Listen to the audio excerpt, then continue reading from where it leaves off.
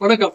நான் doctor G K. Kumar, வலி நிவாரண மருத்துவ நிபுணர், தமிழக அரசு பன்னோக்கு மருத்துவமனை, ஓமந்தூரார் அரசு மருத்துவமனையில் மயக்கவியல் துறை மற்றும் வலி நிவாரண துறை தலைவர். இந்த 2வது சர்வதேச வலி நிவாரண மற்றும் 2வது சர்வதேச இன்டர்நேஷனல் ரீஜெனரேட்டிவ் மெடிசின் கான்ஃபரன்ஸ் 2வது முறையாக சென்னையில் நடக்கிறது.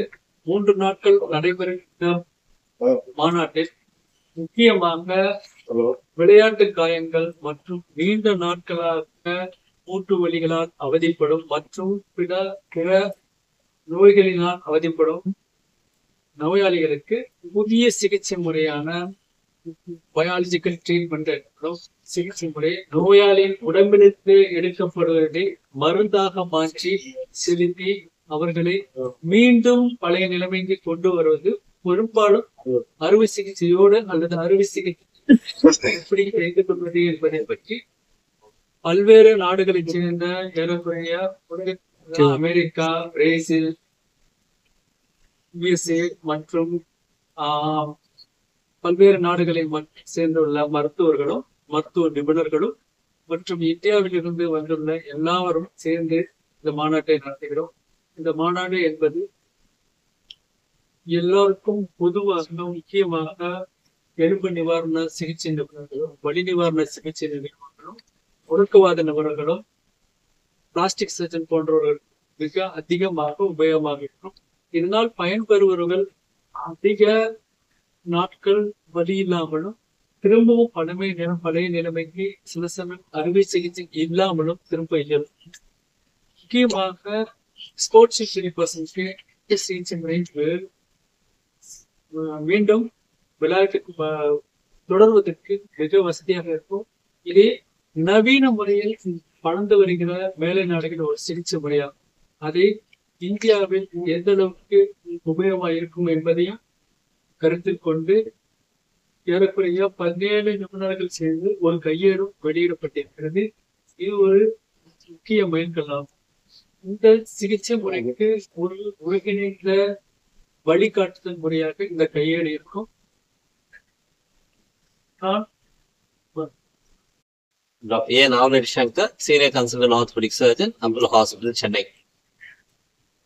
ஸோ இந்த மாநாடு ரீஜன் 2025 இருக்குன்னா ஒரு வருஷத்துல ஒரு ஸ்டேட்ல அப்படின்னு ஒரு 6 லட்சம் பேர் மேல மூட்டு வலியா பாதிக்கிறாங்க. Second sports injury. எல்லா ஸ்போர்ட்ஸ் இன்ஜுரியும் கண்டிப்பா ட்ரீட்மெண்ட் இல்லாததுனால அவங்க பீக் பர்ஃபார்மன்ஸ் அடைய முடியாது. சோ இந்த மாதிரி இருக்கும்போது இந்த ரீஜெனரேட்டிவ் மெடிசன் அப்படின்னு நம்ம உடம்புலயே பிளேட்லெட்ஸ் அப்படின்னு ஒரு அணுக்கள் இருக்கு, ரத்த அணுக்கள் இருக்கு, போன் மேரோ அப்படின்னு சொல்லிட்டு உடம்புலயே ஃபேட் இருக்கு. கொழுப்பு நல்லதுதான் சார், ஏன்னா கொழுப்புல இருந்து கூட நிறைய செல்ஸ் எடுக்கலாம், which is very very very good for the healing of the tissues. So அது மாதிரி ஃபேட்ல இருந்து எடுக்கலாம் செல்ஸ், போன் மேரோல இருந்து எடுக்கலாம் செல்ஸ், பிளேட்லெட் நம்ம ரத்தத்துல இருந்து ரத்த அணுக்கு எடுத்து இது ஆர்த்தோபயாலஜிக்ஸ் அப்படின்னு ஒரு புது வகையான ட்ரீட்மெண்ட். இப்போ அப்ராட்ல எல்லாம் ரொம்ப நாளா யூஸ் பண்ணிட்டு இருக்காங்க. இப்போ இங்கேயும் நம்ம இந்தியாவில இந்த ட்ரீட்மெண்ட் எல்லாம் ஸ்டார்ட் பண்ணோம். ஸோ இந்த ட்ரீட்மெண்ட் யாராருக்கெல்லாம் உதவும் அப்படின்னா, ஃபர்ஸ்ட் சின்ன ஒரு ஸ்போர்ட்ஸ் இன்ஜுரி டக்குன்னு விழுகுறாங்க, டெண்டன் ஆயிருது, லெகமெண்ட் டயர் இன்ஜுரி ஆயிருது, மசில் ஹெமட்டோமா ஆயிருது அப்படின்னா 6 வாரம் ரெஸ்ட் சார் அப்படிம்பாங்க.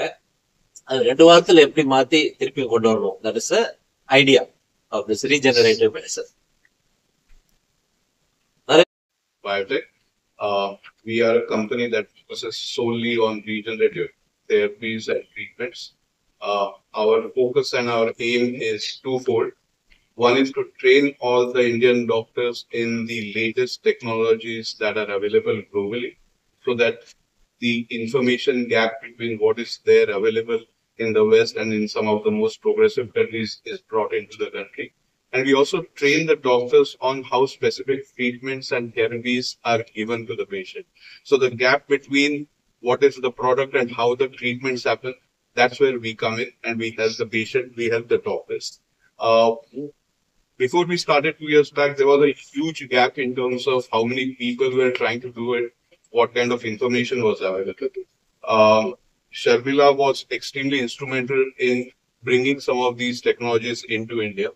And we had a very simple goal to educate the orthopedic and the pain physicians in the country in terms of what is available and what can be achieved through these regenerative procedures.